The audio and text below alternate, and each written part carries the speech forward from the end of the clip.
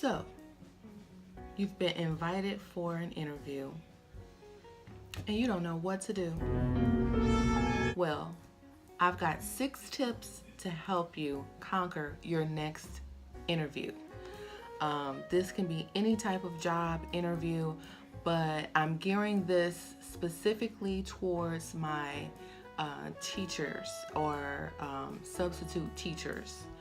So, the very first tip that I have for you is to plan, meaning you want to make sure that you are confirming the address of where your interview is going to be.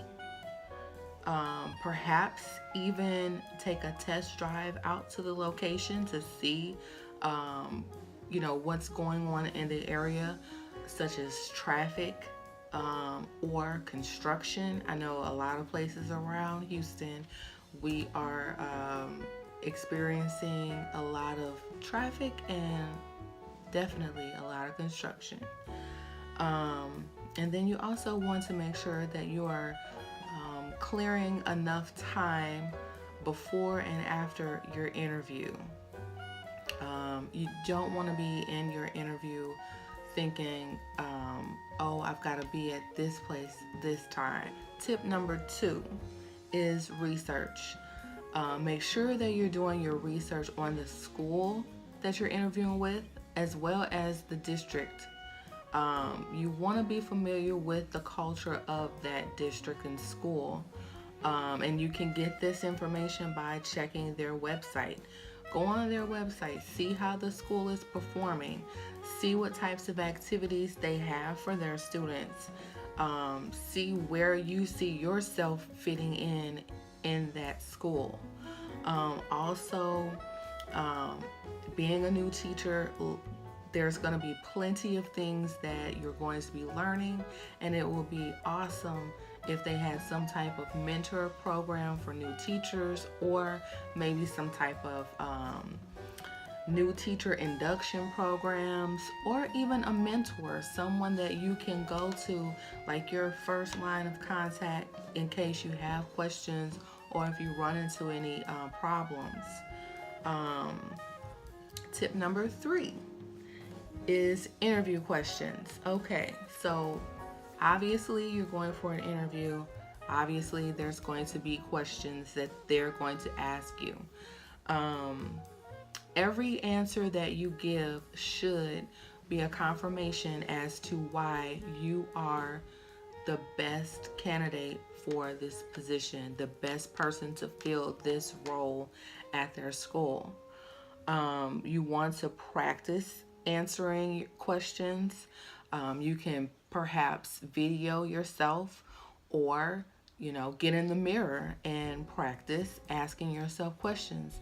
Perhaps maybe you can write a question on a post-it note, like a sticky note, and stick it to your mirror, and that way when you walk in, your questions are already there and you can just go through them one by one. Another thing is to perhaps do a role play with a family member or someone that you trust, that's going to give you good feedback. Like, you want them to be honest about how you're doing, because you're only going to get better if you know where your weak points are. Tip number 4 is to ask questions. You always want to have at least 3 to 5 questions prepared to ask. Now, you're not going to be asking all 5 of those questions, but you want to have enough questions ready just in case they happen to answer a question that you have before you get to ask your questions. That way you're like not stuck with not asking a question because they've already answered it. You want to prepare for that. So also one quick tip is that if you happen to notice that you forgot to ask a question that you were wanting to know. You can insert that question in your follow-up email or letter to the interviewer. That's another way you can get it in. Some questions that I like to ask is, are there opportunities for professional development? That's always good to know. If you are an aspiring substitute, and one good thing that I've learned this year is to possibly get letters of recommendation. So you'll want to ask, is it possible for substitute teachers to obtain letters of recommendation? And if so, how do I go about doing that? So that way, when it comes time, you'll already know what you need to do in order to get one, because it's always good to add that to your portfolios. And this last question is something that I ask every single time that I am in an interview, and that is, what are the next steps after our meeting today? You want to know what's going to happen next. It's nothing worse than sitting at home and you're wondering, okay, when are they going to contact me? When am I going to hear something?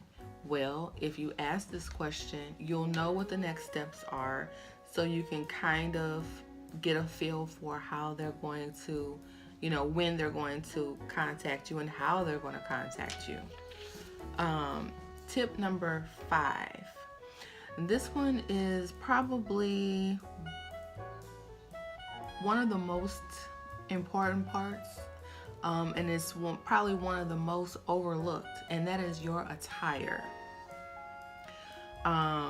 You want to always be clean, be neat, but most of all, be professional.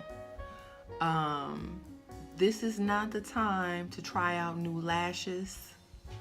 This is not the time to try out, just, you just don't want to be so glammed up that they're distracted by your outfit. You want them to be distracted by the things that you are saying and the documents that you are showing them, like through your portfolio. This is a good way of distraction, not your outfit. You want to have nice clean slacks, shirt or a blouse. For my guys, a nice tie, and then seal the outfit with a jacket or sweater. Nowadays you don't have to have the jacket always, but to me it gives a good look. But it just really depends. If you're going for, I would say, a substitute teacher interview, then you could possibly get away with wearing a sweater or even a scarf over your top. Something that's not too distracting though. So you want to stay with the classic colors like navy blue, black, gray, or a dark brown. Stay the outer pieces like your jacket and your slacks. They should be classic colors that are not distracting. Your shirt, for my ladies, if you want to, have a little floral print or some other type of print, that's okay. Just as long, you just don't want it to be very